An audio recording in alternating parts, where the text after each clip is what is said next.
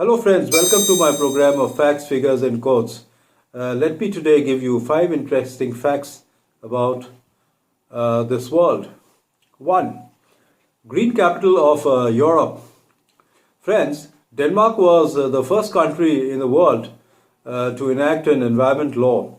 Its capital, Copenhagen, boasts of a unique collaboration of its residents, institutions and government in making it one of the world's most environment friendly cities in the world. It aims at becoming carbon neutral by 2025 by increasing the use of renewable energy sources. It is said about 40% of its population uses bicycles to commute over its 350-kilometer long network of bicycle paths.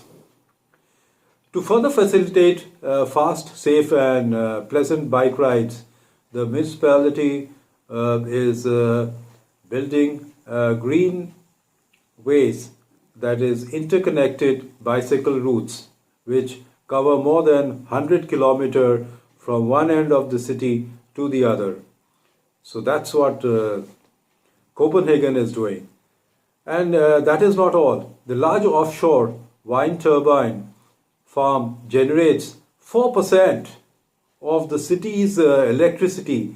The city is harnessing solar and sound energy as well. And people are very health conscious there. Organic food is very popular. 1 in every 10 purchases is organic, accounting for 45% of all food consumption in the city. Copenhagen is one of the few places in Europe where the inner harbor allows people to swim in its waters, which are effectively cleaned by sewage treatment plants. In June 2010, the municipality enforced a mandatory green roof policy which requires vegetation and soil to cover the roofs of all new buildings. So that's what Copenhagen is doing. 2. Green power. The concept of eco-city was introduced by Richard Register in his book titled Eco-City Berkeley, Building Cities for a Healthy Future, 1987. The features of an eco-friendly city as per this book are: pollution is kept to the minimum, use of fossil fuels is reduced or even eliminated, renewable energy sources like wind turbines, solar panels, biogas from sewage, etc. are used. Waste is recycled. Buildings are built in accordance with green norms. At least 20% of the city surface is covered with water, features and green space. Energy efficient public transport systems such as footpaths and biking route reduce the use of cars.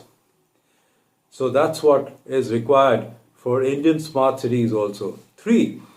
Jeans from garbage. A label on a pair of wasteless denim jeans made by a top American manufacturer proudly announces these jeans are made of garbage. Can you beat it? Garbage. The company has taken the lead in reusing the massive amount of plastic waste produced by modern society. In the US alone, around 1 million plastic bottles are used every 20 minutes, where only a minuscule amount, less than 30%, is recycled. The company's partial solution to the problem was to create 2 lines of clothing, that is jeans and trucker jackets, that contain 20% recycled plastic. The plastic bottles and food trays collected from dumps are cleaned, sorted and crushed into flakes. A special technology then spins the plastic into polyester fiber. It is blended with the cotton fiber, then woven into a yarn to create the denim. The denim looks and feels like traditional denim, except that the color of the plastic used. The company reused more than 3.6 million bottles and food trays for the 300,000 wasteless jeans and jackets produced in 2013. So that's a great job, friends. Now let us come to point 4. The word lynch. Lynching once meant any kind of on-the-spot punishment without a trial. So any kind of on-the-spot punishment without a trial was called lynching. Today it means to beat someone in a mob frenzy without a trial. From William Lynch, the author of Lynch's Law, the law was an agreement with the Virginia General Assembly in 1782 that allowed Lynch to capture and punish criminals in Pittsylvania County without trial. The county had no official courts. So see what lynching was, how it started, and where it has reached in India today. Point 5. Oscar statuette is awarded for excellence in film acting, directing, etc., given annually since 1928 by the Academy of Motion Picture Arts and Sciences. The name Oscar was first applied to the statuette in 1936.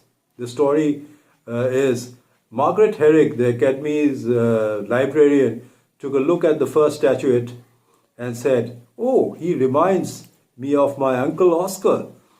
Her uncle was Oscar Peirce, and the statuette thus was named Oscar. So friends, remember, big things have small beginnings. And that's all I have for today. Goodbye and see you soon.